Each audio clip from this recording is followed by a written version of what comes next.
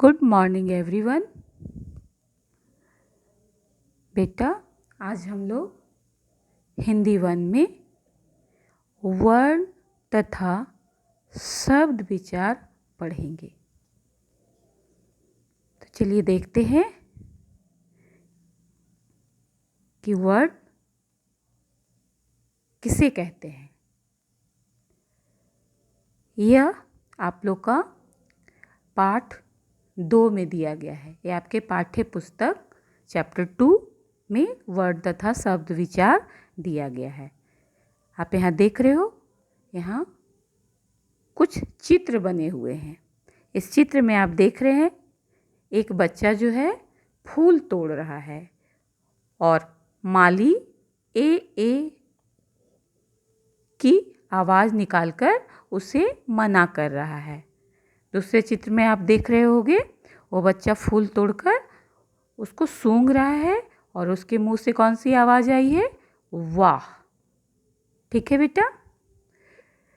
तो बोलते समय हमारे मुंह से ध्वनियाँ निकलती हैं या जो आवाज़ें निकलती हैं। ध्वनि जो है भाषा का सबसे छोटा रूप है। इससे और अधिक टुकड़े नहीं किए जा सकते। इसके और अधिक टुकड़े नहीं किए जा सकते हैं। तो जो ध्वनि होती है भाषा की सबसे छोटी इकाई, जिसके टुकड़े नहीं किए जा सकते, उसे ही हम वर्ण या अक्षर कहते हैं। ठीक है बेटा। अब देखिए, इन वर्णों का समूह ही वर्णमाला कहलाता है। वर्णमाला किसे कहते हैं? वर्णों के समूह को वर्णमाला कहते हैं। वर्ण क्या है? आप लोगों ने अ आ ई उ ऊ री ए ओ औ अंग अ और क से लेकर ज्ञ तक आप लोग अक्षर जानते हो। इन वर्णों का समूह ही क्या कहलाता है? वर्णमाला कहलाता है। तो आप लोग अब समझ गए होंगे कि वर्ण किसे कहते हैं? भाषा की सबसे छोटी इकाई, जिसके टुकड़े नहीं किए जा सकते, उसे वर्ण कहते हैं और वर्ण को ही हम अक्षर कहते हैं। चलिए आगे देखते हैं। वर्ण के प्रकार। वर्ण के कितने प्रकार होते हैं या वर्ण के कितने भेद होते हैं? तो वर्ण के कितने भेद होते हैं बेटा? 2 भेद होते हैं। पहला है स्वर वर्ण और दूसरा है व्यंजन वर्ण। तो आप लोग को याद रखना है वर्ण के कितने भेद होते हैं? वर्ण के 2 भेद होते हैं, स्वर वर्ण और व्यंजन वर्ण। अब आगे देखिए, स्वर वर्ण किसे कहते हैं? वर्ण को कितने भाग में बांटा गया? 2 भाग में। पहला है स्वर वर्ण और दूसरा है व्यंजन वर्ण। जिन वर्णों का उच्चारण स्वतंत्र रूप से हो और जो अन्य व्यंजनों के उच्चारण में सहायक होते हैं, वे स्वर वर्ण कहलाते हैं। ठीक है। स्वरों की संख्या 11 होती है। आप यहाँ पर देख रहे हो कौन कौन से स्वर होंगे? अ, आ, छोटी, बड़ी, छोटे ऊ, बड़े ऊ, री, ए, ओ और औ। उसके बाद है व्यंजन किसे कहते हैं? व्यंजन जानने से पहले आप स्वर के अंदर देख लीजिए। अयोग वा। अयोग वा किसे कहते हैं? स्वर कितने होते हैं? स्वर 11 होते हैं, अ से लेकर बेटा औ तक। और अंग और अ जो होता है उसे ही हम अयोग वाह कहते हैं। ठीक है। अंग को अनुस्वार और अह को विसर्ग कहा जाता है। उसके साथ साथ आप लोग यह भी जान लीजिए अनुनासिक किसे कहते हैं? जिन स्वर के ऊपर चंद्र बिंदु लगाया जाता है। क्या लगाया जाता है? चंद्र बिंदु लगाया जाता है। उसे अनुनासिक कहते हैं, जैसे आँख हो गया, ऊँट हो गया। ठीक है। उसके बाद है अनुस्वार। जिस स्वर या व्यंजन के ऊपर अंक की मात्रा जो लगती है बेटा, एक बिंदी लगती है ना, उसको हम लोग क्या बोलते हैं? अनुस्वार बोलते हैं। ठीक है बेटा। अब आगे देखिए, स्वर में एक ह्रस्व स्वर होता है और एक दीर्घ स्वर होता है। ह्रस्व स्वर में बोलने में क्या होता है? कम समय लगता है। जैसे आप लोग छोटी बोलते हो, छोटे ऊ बोलते हो, उसका उच्चारण करने में कम समय लगता है। और जबकि दीर्घ स्वर जो होता है उसे बोलने में अधिक समय लगता है, जैसे बड़ी ई और बड़े ऊ। ठीक है बेटा। अब आगे हम लोग देखते हैं व्यंजन।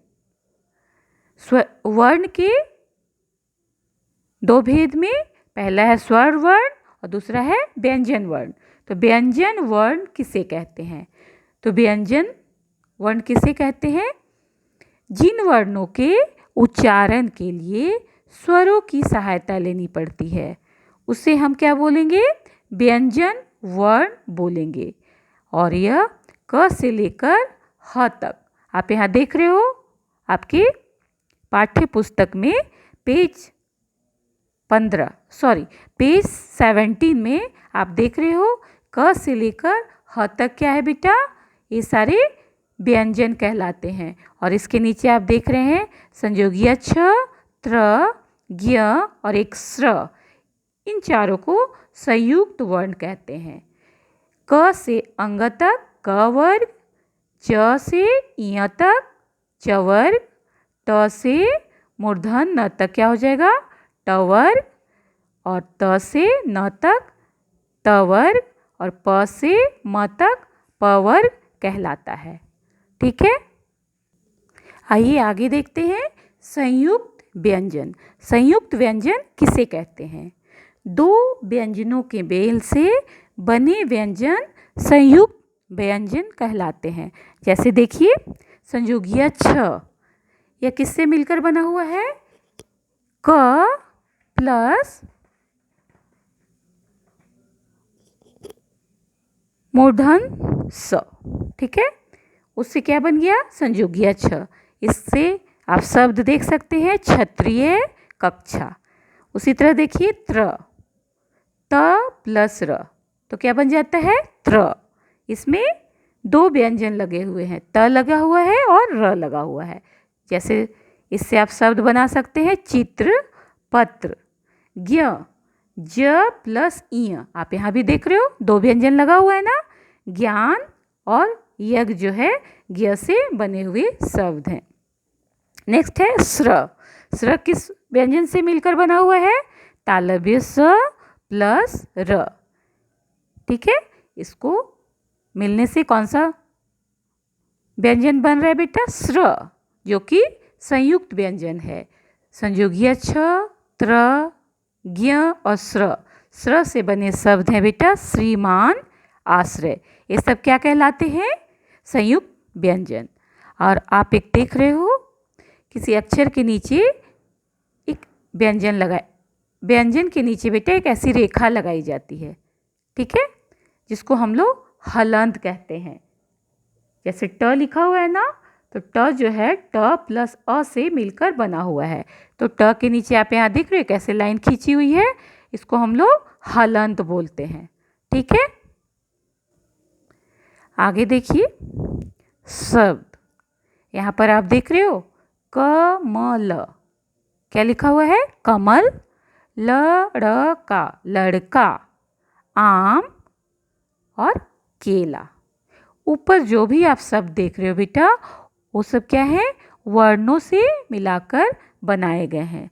तो शब्द किसे कहते हैं? तो आपको बताना होगा कि सार्थक अर्थ प्रकट करने वाले वर्ण समूह को शब्द कहते हैं।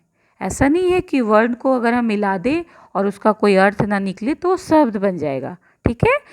जो सार्थक अर्थ प्रकट हो, उसका कोई अर्थ हो, ऐसे वर्णों के मेल ही शब्द कहलाएंगे। ठीक है। शब्द के कितने प्रकार होते हैं? तो शब्द के बेटा 2 प्रकार होते हैं। एक है सार्थक शब्द और दूसरा है निरर्थक शब्द। तो अब आप आगे जानेंगे सार्थक शब्द किसे कहते हैं। तो जिन शब्दों का कोई अर्थ होता है उन्हें सार्थक शब्द कहते हैं। जैसे यहाँ पर आप देख रहे हो कमल, कमल, लड़का, आम, केला। तो इन शब्दों का क्या है? अर्थ है। तो ये सब क्या कहलाएंगे? सार्थक शब्द कहलाएंगे। अब देखिए निरर्थक शब्द किसे कहते हैं। तो निरर्थक शब्द जिन शब्दों का कोई अर्थ नहीं होता उन्हें क्या कहेंगे? निरर्थक शब्द। अब देखिए कमल तो सार्थक शब्द है। अगर हम मकल अगर राइट करते हैं तो इसका तो कोई अर्थ नहीं होता है, तो क्या हो जाएगा? निरर्थक शब्द। उसी तरह से बलागू कहने से किसी शब्द का पता नहीं चलता, इसका कोई सार्थक अर्थ नहीं निकल रहा है, तो ये सब निरर्थक शब्द के उदाहरण हो जाएंगे। ठीक है बेटा, आप लोग इस चैप्टर को पढ़ेंगे और इसके क्वेश्चन आंसर मैं आपको PDF में भेज दूंगी। Thank you.